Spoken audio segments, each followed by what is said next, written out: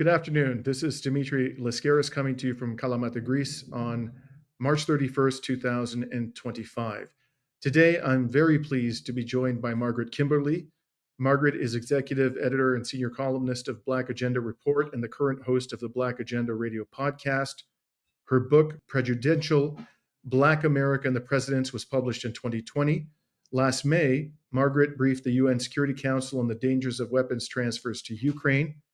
She's also a recipient of the Serena Shim Award for Uncompromising Integrity in Journalism and the Women's Institute for Freedom of the Press 2021 Women in Media Award. Thank you very much for joining me today, Margaret. Thank you so much. It's great to be here. So, Margaret, you recently authorized an article titled Bernie and AOC, Sheepdog for the Democrats. The article, which was posted on the website of Black Agenda Report, concerns a speaking tour undertaken by U.S. Senator Bernie Sanders and Democratic Congresswoman Alexandria Ocasio-Cortez, popularly known as AOC. Can you talk to us about the origin of the term sheepdog and why you chose to apply that term to Bernie Sanders and AOC? Well, the term, it was coined by my late colleague, Bruce Dixon, who was managing editor of Black Agenda Report, one of our co-founders. In 2015, he wrote an article in which he said that Bernie Sanders, who was just announcing his 2016 presidential campaign, he said that Bernie was going to be a sheepdog for the Democratic Party, that he would not get the nomination, and that in the end, he would endorse Hillary Clinton anyway and bring all the leftish Democrats back into the Democratic Party fold, like as a sheepdog would do with sheep, herding them. And so Bruce was given credit for that term sheepdog. It applies to a lot of people, and it definitely still, 10 years later, applies to Senator Bernie Sanders. In the wake of the Democrats' defeat, Kamala Harris's defeat, the loss of both houses of Congress, many members of the Democratic Party voters, are looking for some kind of direction. They are not getting any from the putative leaders of the party, Senator Chuck Schumer and Congressman Hakeem Jeffries. They say nothing at all, or Jeffries even says, well, we don't have any leverage, as if he couldn't even be bothered to think of something to say, as Trump is radically changing government, firing workers, defying judges' orders, sending Venezuelan asylum seekers to El Salvador, to a prison in El Salvador, and defying a judge who said don't send them.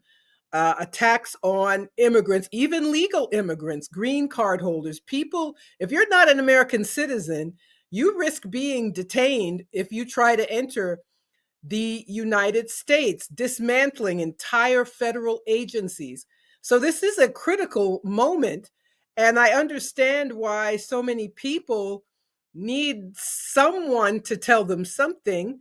So at this moment, nature abhors a vacuum, right? So Bernie Sanders and Congresswoman Ocasio-Cortez, I'll just say AOC, it's shorter, have embarked on this tour where they claim to be fighting the oligarchy. They're getting huge crowds, thousands of people, lines around the block, and so forth. But there is an assumption that only Republicans have an oligarchy. In our duopoly, there's a wing of the oligarchy that prefers Democrats. Lest we forget, Kamala Harris, they raised $1 billion for her campaign. That's, if nothing else, that proves Democrats have their own oligarchs. So my first problem is this assumption that it's just Republicans. And it's easy, especially with Elon Musk's role. I wonder if he's moved into the White House. He seems to be there every day. He's riding on the president's helicopter. He's going to cabinet meetings. He is sending people out to fire federal workers, to dismantle these agencies that were all created by Congress, so they should be dismantled by Congress. But so he, the richest man in the world, is very visible. And so I think it's easy for people to forget that he's not the only oligarch in the world. And the Democratic Party has the same kind of people, very wealthy people who tell them what to do and what not to do. So it's I understand the dynamic of why this is happening, but people need to think about the fact that the oligarchy is bipartisan, and that Bernie Sanders and AOC go along with it. When Democrats are out of power, Bernie talks big. Mhm. He talks about Medicare for all. But when Biden was president, did he talk about Medicare for all? No, he did not, because Biden during the 2020 campaign said even if Congress passed it, he would veto it. So now he's talking about a right to health care.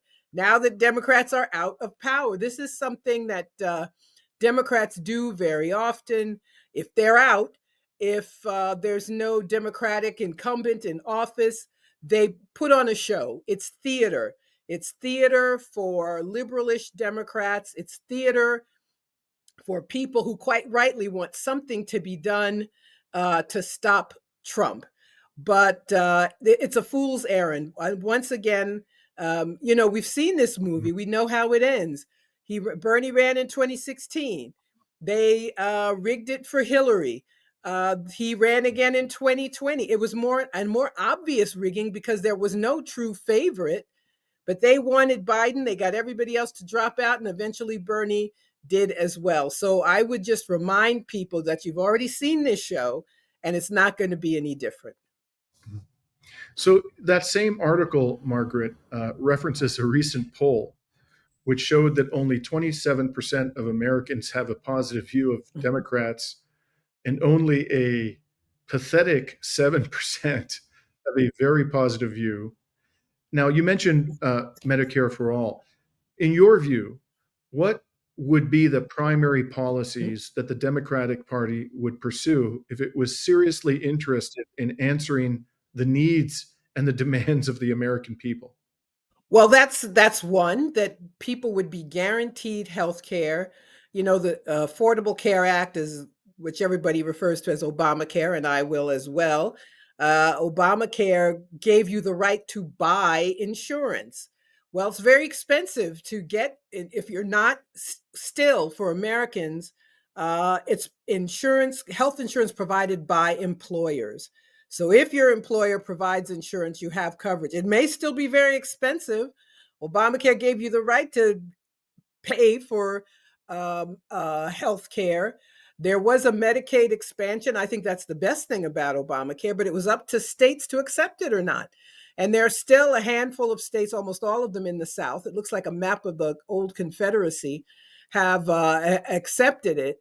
But we need Medicare for all. We need everyone to be insured, whether you're working or not. Um, and that would be something very important. But, we see why we don't have these things. This oligarchy does not want people to have very much. Let's look at what happened. And I think this is a big reason for Kamala Harris's loss. There were stimulus programs. We got these checks during the COVID pandemic. They expanded Medicaid eligibility. They expanded eligibility for SNAP program, a food nutrition program. And it helped a lot of people. Now, there was supposed to be legislation. It was called Build Back Better. It was supposed to include increase in the minimum wage and other things. But if they had just stuck to what they said they were going to do, and I remind people that when Biden first got into office in January 2021, they marketed him as a progressive. They kept saying most progressive since FDR. He's going to cut child poverty in half. None of that happened. There was a child tax credit. That was big. People with young children got extra money to help take care of their kids. And then it all disappeared. So showing that the Democrats didn't mean any of it. They could do any of those things. They could do Medicare for all of the, basically, the Democratic Party needs to live up to its reputation as being the party that helps people, as being the party that protects the welfare state. If they did just some of those things, they would not have those dismal approval ratings. Because what's the reason to be a Democrat? If the party that is supposed to be the party of the welfare state, the party that defends people, if it doesn't do it, there's no reason. So it's not. And then let's talk about this coup against Biden that they messed up so badly. They waited until the end to try and get rid of him. He undercut everybody because he was mad about being tossed out. And who tossed him out? The funders, the Democratic Party oligarchs. They were very public about it, that this or that billionaire would not give the party any money if Biden stayed on the ticket. So they decide to get rid of him. He undercuts everybody by endorsing Kamala Harris, a weak candidate for a variety of reasons. And then they pour money into the campaign. And who wins? Donald Trump, the man they tried so hard to keep out. I believe those court cases against him were politically motivated. They were hoping to get rid of him. But obviously that did not work. So here you are, if you're a Democrat or leaning Democratic voter, you have nothing. So of course their approval ratings are low. How could they not be? They failed to do any of the things that they said they would do. As a lawyer, I have to say that if you're going to go after somebody, a political leader, in a criminal prosecution, you would go after the most serious crimes that that political leader committed. So, for example, war crimes and crimes against humanity. Of course, they never went after Trump for those things, although he was guilty as hell. Because if they did that, they would have to go after the Democrats too. So, but I want to ask you about two specific promises that were made. We talked about Medicare for all, and just if you could tell us about what ultimately happened to those two promises. One of them was the $15 minimum wage, and the other was the cancellation of student debt. As I understand it, they were both very popular policies. So, what ultimately happened to those two promises, Margaret? Well, Biden didn't want to do either one of them. So the $15 minimum wage, I believe the minimum wage will go up incrementally in tiny, amount. It's only set, the federal minimum wage is only $7.25 and had not gone up for years, even when Democrats are in office, proving my point about the Democratic Party having its own oligarchy. So it is going to, the federal minimum wage will go up. Now, there are states across the country that have their own. Here in New York, it's in New York City, it's $15 an hour now, but it's supposed to go up to 15. There was a fight for 15 that started like 10 years ago. It wasn't enough then. It isn't enough now. So it's going to go up in little increments to reach 15 in I'm not sure what year, but a few years from now.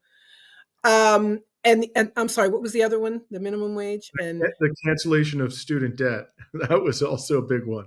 How did that one play out? student loan debt. Well, Biden never wanted to do it.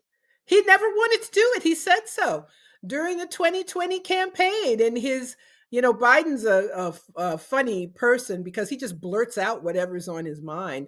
And there was one interview where he just said, "These young people complaining, give me a break. They don't need any help." So he was always against it. Um, Now they always said the courts wouldn't let him, and so there was piecemeal student loan debt relief. There were people who owed money to schools that were basically fake, that were scams, and their debt was relieved. And if you worked for certain nonprofits, you could have your debt relieved. So there were certain things that were already he was already able to do that relieved some student loan debt. But this is a huge industry. It's $1 trillion, and I'm not exaggerating. It's $1 trillion industry. It's like the mortgage loan industry, and there are people who make money off of this student loan debt. So Mhm. he never wanted to do it. And so he did, but then court said he couldn't. Now compare that though with Trump. Trump doesn't care if courts tell him no, you can't take people to El Salvador. No, you can't send this or that person out of the country. No, you can't fire federal workers. They go ahead and do it anyway. So that's he was never very serious. And if some, a federal court said no, you can't do it, um, then he would back off because he was never serious about it in the first place. So you see what happens, and this often happens Yeah. with Democrats. They always tell you what they can't do, and Republicans get everything done. It seems to me that they want to get done, but Democrats are the ones who cry that they're powerless, even if they're in power. So, student loan debt relief is something that's very much needed. People, college has become a scam, um, where you can Mhm. get a degree if you have to go to professional school. Let's say you want to be an attorney, and your education will take a certain amount of time. People are in debt for hundreds of thousands of dollars. I'm not exaggerating, and I know people say, "I know I'm never going to pay it off." Um, Now they did pause payments during the pandemic, which proved to me you could pause the whole thing. All these things happen when they're not very serious. Democrats know what people, that's the thing that's so insidious. They know what people want. And then they claim they're going to do these things that people want, and they don't, or it's piecemeal, or oops, sorry, a judge said we can't. And that's why the Democratic Party is in such disrepute right now. Right. Of course, when Biden said to young people, "Give me a break," he omitted to mention that when he was young people, tuitions were far lower than they are today. It's just a convenient omission from his narrative. Um, It infuriates me that somebody in his 80s, well, I guess he was in his 70s at the time, but 50 years ago, college was affordable. You could do what he did. I believe he went to state schools and make a good living. But to compare that time to now, where there, when I graduated from college 40 years ago, every job was a full-time job with benefits. College was less expensive. Even if you had loans, they were payable. You had an ability to pay them off. But now gig work, I mean, it's a scam to tell kids that you should go to college, and then you get out with debt. You may not even get a real job. So yeah, it's Obama once said about Biden, he said he is, what was the term he used? He's not self aware. It was such a nice way of saying he's a mediocre man who just blurts out anything. didn't he also say something like, you always count on Joe to things up? If you'll excuse my French, but That is, yes, I don't know if that's apocryphal or true, but it certainly was true.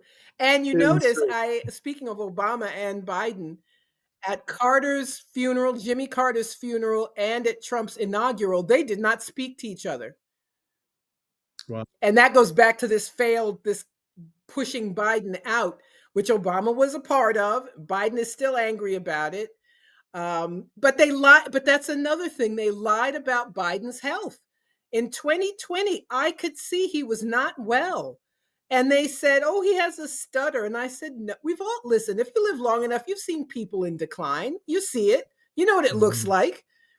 But they said he just had a stutter, and it went on and on and on. And then at the end, they tried to get rid of him. They botched it, and we have Trump. But I just wanted to add that Thank about you for Obama doing and that. I think Biden. it needed to be said. So, so we've talked about the Democrats fumbling and bumbling and stumbling. I'd like to talk to you about another subject that I know is important to both of us, and that is the foreign policies of the current United States administration. Um, so, those of us who live in the Western Mhm. Hemisphere but not in the United States have been uh, rather taken aback by Donald Trump's uh, uh, repeated desire or objective of making Canada the 51st state and essentially confiscating Greenland. So, what do you make of these from somebody who's inside the United States, who's an astute political commentator? Do you think that we Canadians and that our brethren and our sisters in Greenland should be concerned about this? Is this a real threat? And I know the answer to your question may be different for Greenland and Canada. It might not necessarily be the same. What's your take on this, Yeah. Margaret? I think it's not going to, first of all, Canada, I mean, and you can correct me if I'm wrong, That's Canada's correct. part of the Commonwealth. And is the king not the king of Canada as Technically, well yes, but as I the don't think he UK? gives a damn about us. I think that's fair to say. No, I'm sure he doesn't. But he doesn't care about the UK either. You know, Trump is a bully, and he's just saying he's a bully. You know, when speaking of the UK, when Starmer was in the Oval Office, he cut off him. He was talking, he cut him off. He said, "We don't care." It's I don't think it's real that the US is going to take over Canada or Greenland. I mean, the US has a military base in Greenland. It's like, what more do you want? Although, to answer your question, no, I don't think the US is going to annex Canada or Greenland.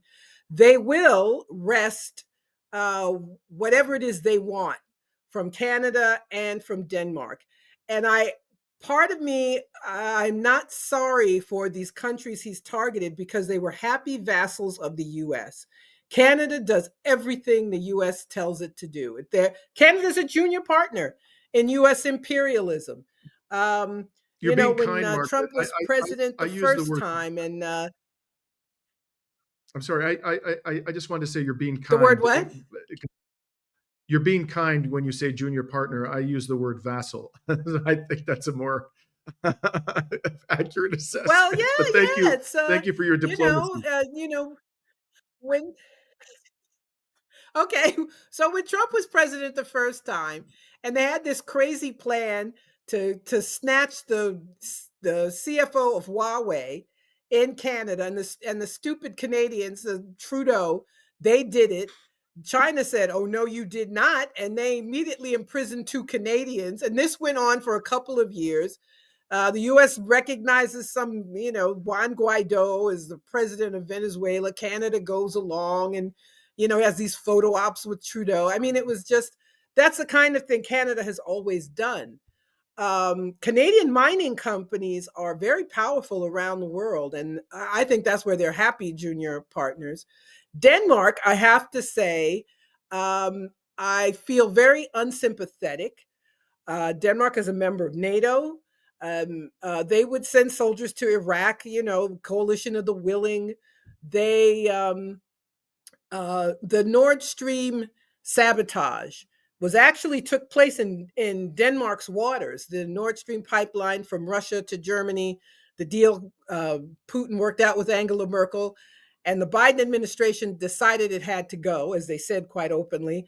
Then, oh my God, what a coincidence! It blows up. Now everybody knew the U.S. had done it.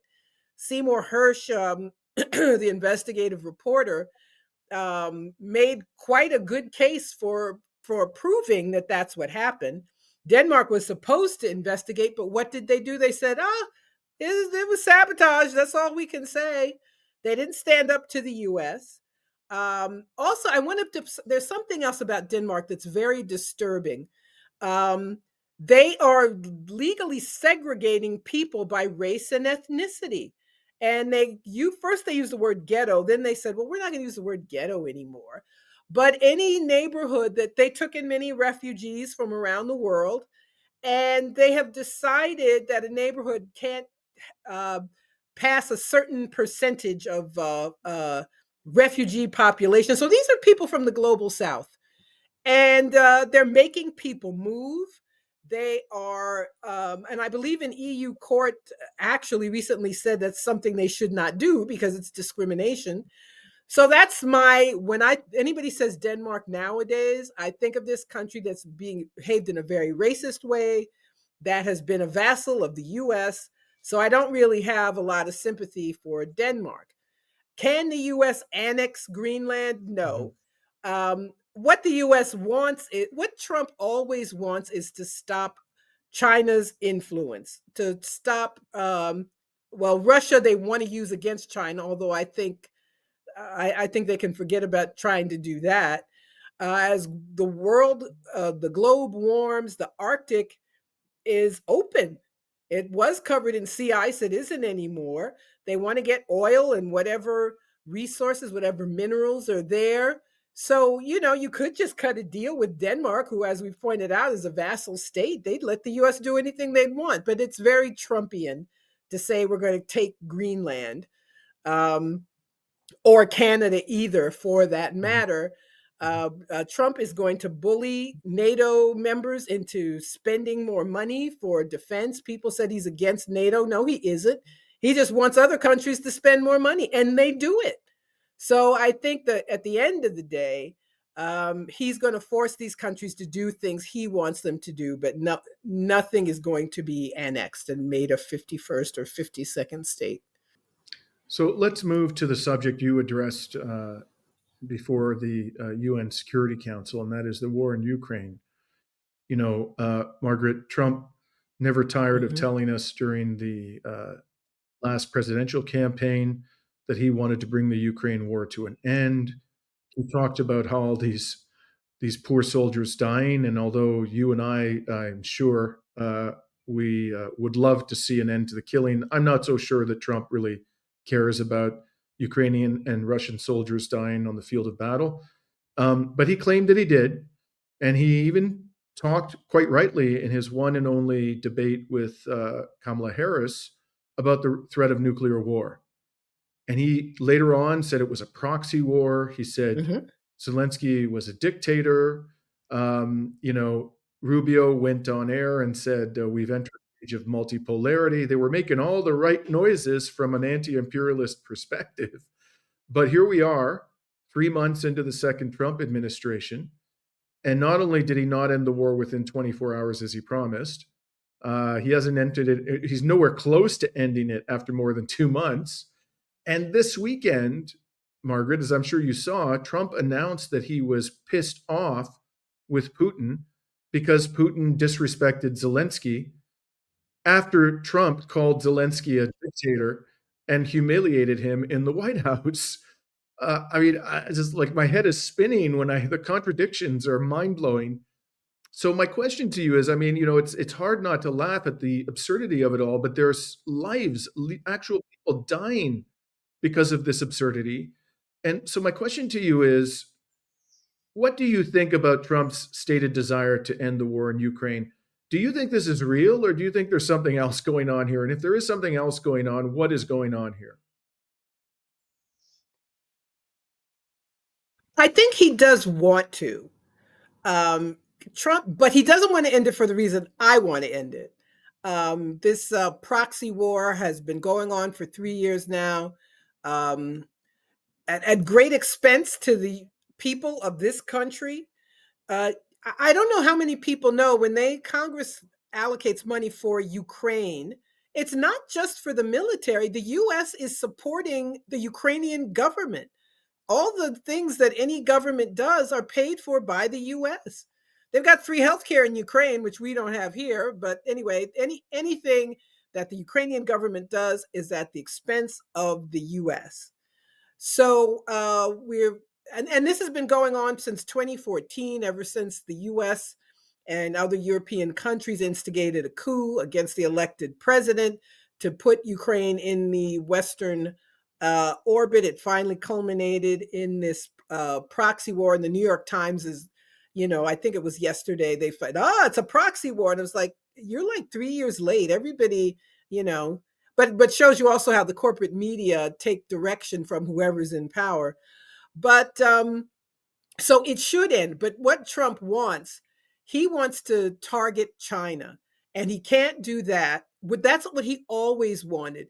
He wants to, and I think it's good to have normalized relations between Russia and the US. But he wants to do it so he can target China, and he can't do that if the US is in this seemingly forever proxy war in Ukraine. That's why he wants to settle it. I want to settle it because I don't want the US interfering in the affairs of other countries. I don't want people in Ukraine to die because, Biden was, such a maniac about this war. So I wanted to end for that, but that's not Trump's reason. He does want to end it, but the Europeans wanted to continue. So before the infamous meeting with Zelensky, that same week, Keir Starmer was at the White House. Emmanuel Macron was at the White House trying to convince him to continue this conflict, and he was very disrespectful to both of them. But they are doubling down on and hurting themselves. Britain is broke in part because it's given money and arms to Ukraine. But Keir Starmer seems to be obsessed. He's like Joe Biden. He's obsessed with Ukraine. And if they had real democracy in the UK, he wouldn't even be prime Mhm, minister at this point. But anyway, mhm, that's another story. So uh, so he does want it. Well, I'll put it this way: they want it to pause, but the Russians, being not stupid, want it to be over. They would like a deal. That's always what Putin wanted. Putin wanted a security agreement. Ukraine stays neutral. You leave us alone. But that's not what the West really wants. They want what happened in Syria. And we can see how that ended. They paused the war, but they left other people, these fighters, in place. And then the U.S. Was a typical CIA operation. They ended up over time. They hollowed out the Syrian government. They had traitors who helped them. And the next thing we all knew, Assad is on a plane to Russia, and these jihadist groups have taken over the government of Syria. And that's what the Russians do not want to happen. So they don't want to hear about a pause. They've been saying, if nothing else, they have been consistent. They want a security agreement. But Trump wants just a pause in the fighting, a ceasefire, and Russia's not having it. So they are not so eager to go along with Trump in his quest to put this on pause so he can target China. They're not stupid. And so it's not going the way Trump wants. And Trump being this you know, what's the word I'm looking for? Not stay unstable. I remember his first term. He once called himself a stable genius. He's neither one of those things, and so with his mercurial temperament, he says he dies pissed off with Putin as if Putin could care, because it's not his plan to pause the war. Russia's not going along, and Europeans are digging in their heels because they want to keep the U.S. in Europe. mhm. So that sounds to me, Margaret, like a prescription for uh, more war. And I've always thought that whatever Trump may or may not want, he's either not capable, or not truly willing to do what's necessary to end the war. And ultimately, it seems to me that this is going to be decided on the battlefield, which tragically means that a lot more people are going to die, particularly on the Ukrainian side. And it's only when the military has collapsed in Ukraine, and the regime that has, directed that military, namely that of Volodymyr Zelensky, flees the country or is overthrown. Only then will there be peace, and it will be on terms dictated by Russia. Is that where you think this is all heading, or do you have a different expectation? I'm not sure. I think that's probable, but these Europeans are, Keir Starmer and Emmanuel Macron at various times claiming they were going to send troops into Ukraine. So it could end in some kind of very dangerous way, Mhm. with these European countries being, continuing with their crazy obsession about Ukraine. So that's my fear. I mean, militarily, it's already over. Russia has won. But you can't win if the other side still says, no, you haven't won. We're going to still, I mean, they literally drag men off the streets and force them into Ukraine's army, where they get a few weeks training and then they're sent off to be killed by Russian artillery. Um, And so Zelensky is wants it to continue. He's out. If this war doesn't end, he's out. He's on a plane to maybe he'll go to Israel with his parents. I don't know what he's going to do, but in order to stay in power, the war has to continue. So he doesn't want peace. And these European countries, they have while they don't have military power, they can gum up the works, and they can keep prevent peace from even for a pause that Trump would go along with. So my fear is something unpredictable happening. I guess I'll put it that way. Something that nobody's thinking about now, and I think actually, as Russia it continues winning on the battlefield, I feel like things get more and more dangerous. Yeah. I just want to comment before I move on to my last question on your point about him possibly ending up in Israel. Uh, Not everybody may know who's listening to our conversation that Zelensky was made famous by a Ukrainian oligarch, an Israeli Ukrainian oligarch by the name of Ihor Komoloisky, who has been charged with bank fraud by the United States government and apparently has sought refuge in Israel. And there were reports in the Ukrainian media during Zelensky's presidential campaign that he went to Israel something like 10, 15 times during the course of the campaign, I would imagine, to take instructions from his oligarch fraudulent backer Komoloisky. But that, so I think it's an entirely reasonable scenario that that's where he'll end up. But then again, he may end up with, in Miami with Yair Netanyahu, if he's lucky. So, Well, Kolomoisky is a crook. Ukraine's such a strange country where a lot of the population are, I mean, they're straight up Nazis and white supremacists, but it's run by a lot of Jewish oligarchs, including this guy Kolomoisky, who is such a crook. He tried to carry out some swindle in the U.S., and it was so egregious, the U.S. sanctioned him. But yes, he's the one who put Zelensky in office. But the sooner we're rid of Ukraine as a, and for the sake of the Ukrainian people, even the ones who give Nazi salutes and have. Do you remember when it first started? They had to airbrush all these Nazi insignias off their uniforms because every photo of a Ukrainian soldier had some connection with Nazism. yeah. Um, but And they anyway. haven't been able to airbrush the fact that they have a national holiday in Ukraine to this very day for Stepan Bandera. No one likes to Yes, they do. The talk. Nazi collaborator. Yes, yes, they do. Yeah. Um, at any rate, we could go on with So Ukraine let, and how terrible it is.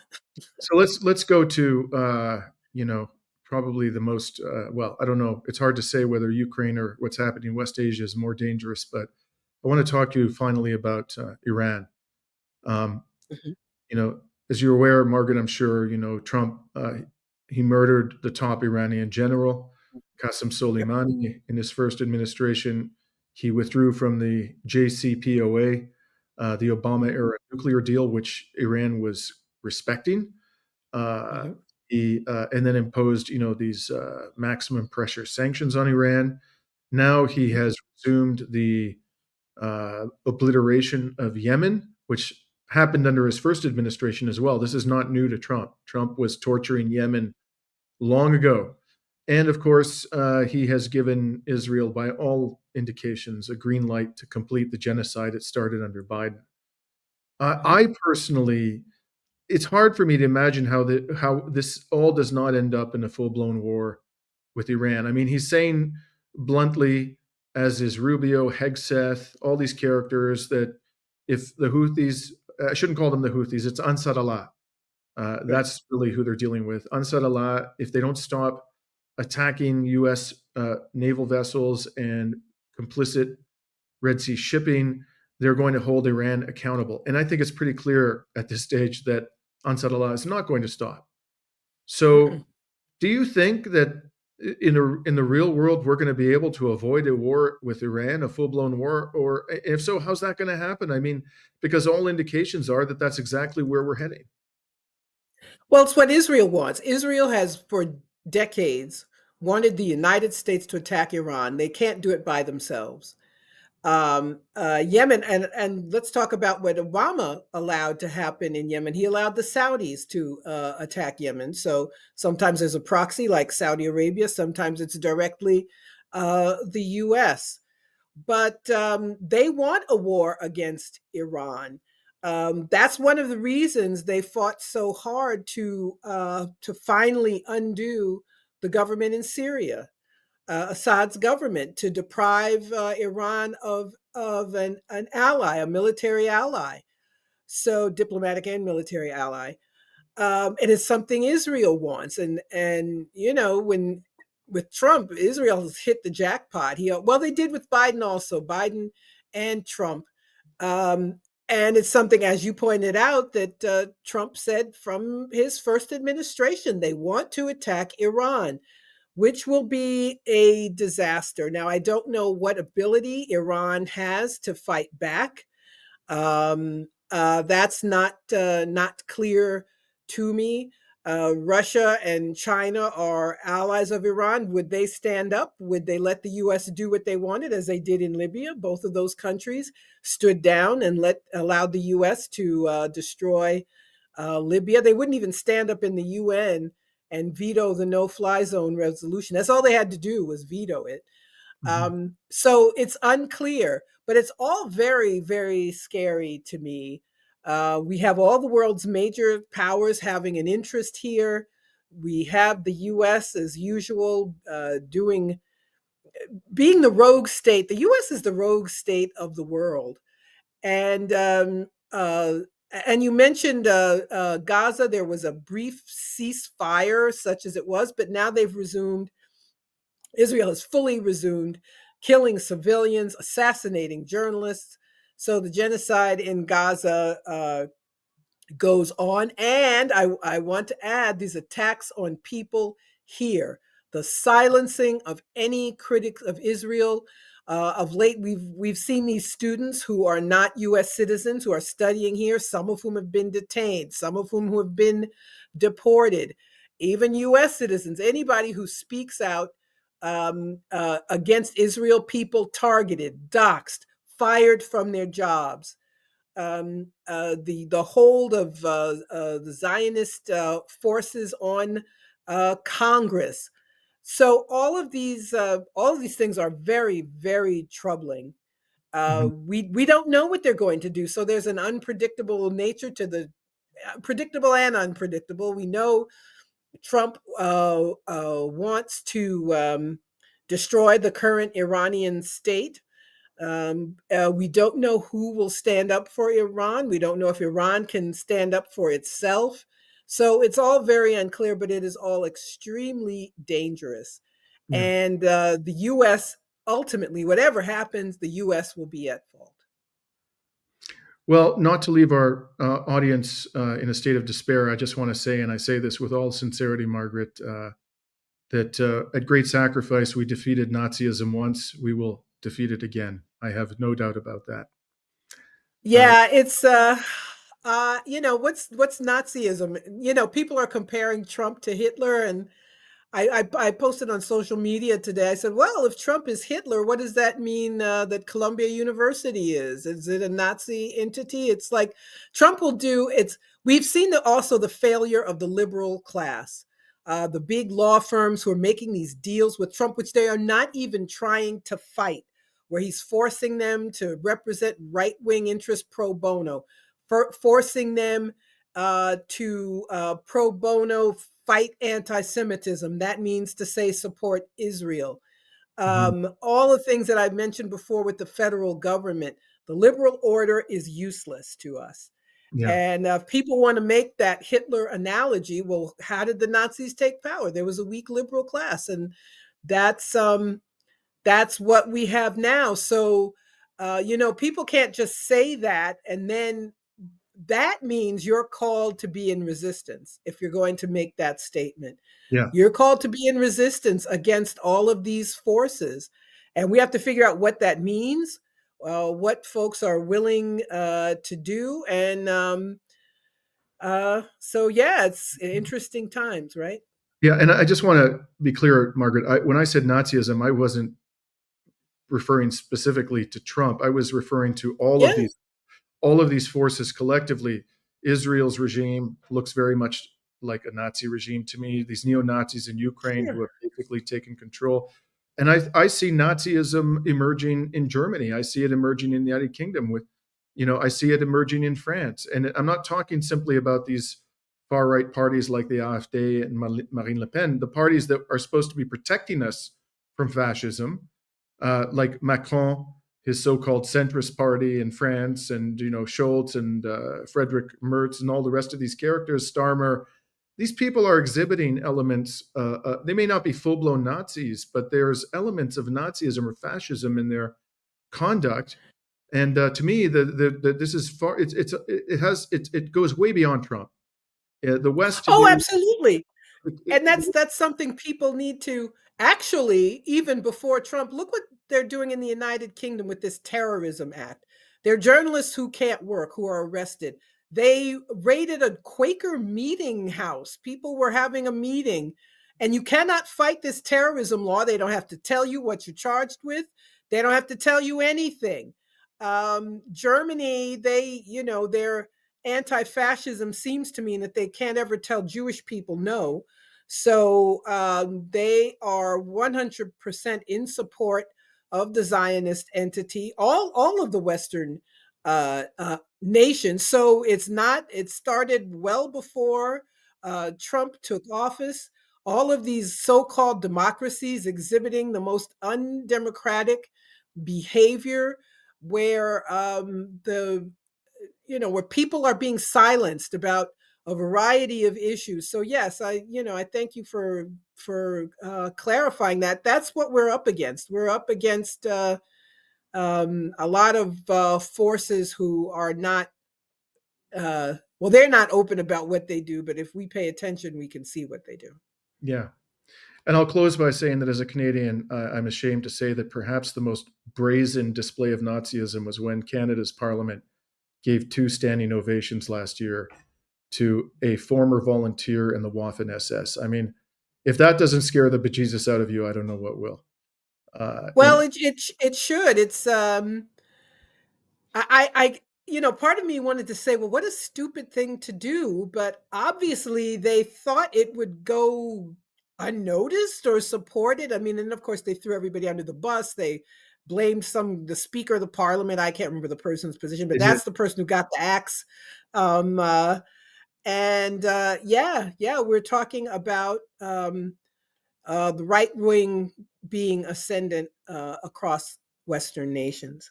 right. Well, thank you And very much. Sorry, before go we go, I just wanted to show folks my book, Prejudential: Black America and the Presidents. As you said, thank you for pointing it out, published a few years ago. I have to add chapters, though. I ended with Trump, the first Trump. But anyway, so yeah, it's a great book, if I may say thank you so for opening myself. it up. I mispronounced it. As a lawyer, I naturally reverted to prejudicial. And then I realized Oh, yeah. Well, you it's have a an much invent. more We invented the word. Yeah, you have a We much invented more it to market clever the book. title. And I do look for people out there who aren't familiar with Margaret's work. I've been following Margaret for years, and I cannot recommend strongly enough that you read her book. And also follow Black Agenda Report. It does fantastic journalism from the inside and from a truly left wing perspective, not this fake nonsense that we're seeing coming out of the Democratic Party That's right. nowadays. So thank you again, Margaret. I hope we can have Thank you. Thank you so much. more conversations in the future. I Take look care. forward to it. Thank you so much. Thank Peace. you. Peace.